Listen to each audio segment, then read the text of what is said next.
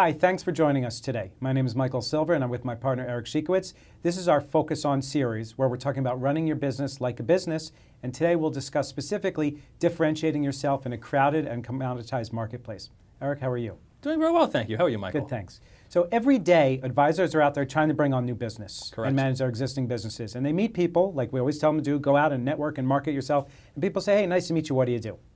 And all the time, as you know, we're talking to advisors and we tell them whether they're 3 months in business or 30 years as an advisor, and we'll say, what do you do? And they say, well, I'm a financial advisor. Some people still say stockbroker. They do, as long as they don't say stock jockey. Right. But the point is, they need something different. There's so much competition, so commoditized today. And I know, and I always tell the story, that if we're standing in the center of any metropolitan area and we have a good throw with the rock, we could hit so many different firms, whether it's wirehouses, regionals, independents, RIAs. There's so many people concentrated, and firms are hiring again. So it's so important more than ever to differentiate yourself with so many people vying for that same share of wallet for your clients. Well, how many people, latest research reports, how many advisors out there? What I read, about 325,000 and growing. That's a lot of advisors. So a lot of competition, absolutely. So what we talk about here is really going through and taking a step back to analyze your story. How do you answer that question?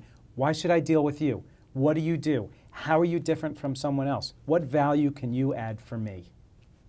A lot of value. Definitely.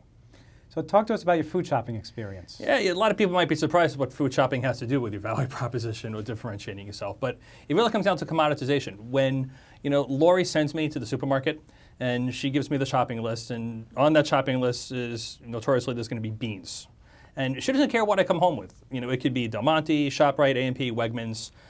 It makes no difference. Beans are beans are beans. And the reason why I like using that little example is this is a commoditized business. And beans are beans are beans. And unfortunately, in the eyes of prospects and clients, we are sometimes viewed as a can of beans. Why should somebody do business with us? I could go to any wirehouse. I could go to any advisor. I could go online. You could do it yourself, right? Right, you could do it yourself. So, because this is a commoditized business, it becomes critical to really separate yourself. Like you mentioned, there are 325,000+ advisors out there in the country at any given time, all vying for a very similar share of wallet because everybody wants the high net worth client. So because of that, you really have to try to disengage yourself from the commodity and figure out how you're going to stand out. So if there's 3 cans of beans, how are you going to be that can of beans that just is completely different from all the other cans of beans that are out there? Fancy label and different color. Absolutely. And because we have the beans and we have this commoditized situation, it really comes down to how do you then develop the recipe for the value proposition. So tell us about the recipe. Right. Well, thanks for going food shopping. I'll take those ingredients, and what we do is we put that into the value proposition recipe. If any of you are taking notes as we go through this talk today, write down these 4 questions. Number 1, what do you do? And you probably know these by heart. How do you do it? Who do you do it for? And what are the benefits in working with you? So let's drill down into those a little bit. What do you do? So for example, how do you do what you do? What's your process? We talk to people about this every day. Right. How do you articulate your wealth management process? From fact finding and data gathering to going in the background and doing your analysis and a proposal to implementation and then ongoing monitoring. Rebalancing, reallocating, updating the plan, so on and so forth. Right. From there, once we know what you do, who do you do it for? What's your target market? What's your niche? And what your favorite line about retirees? Retirees are not a niche, Michael. And why so? Well, because it's too broad. To say retirees, goodness knows how many retirees that are out there. So if you need to think about the niche that you want to go into. So if you want to talk about niches, retirees is not a niche. If you said retired orthopedic surgeons, now we're getting nichier.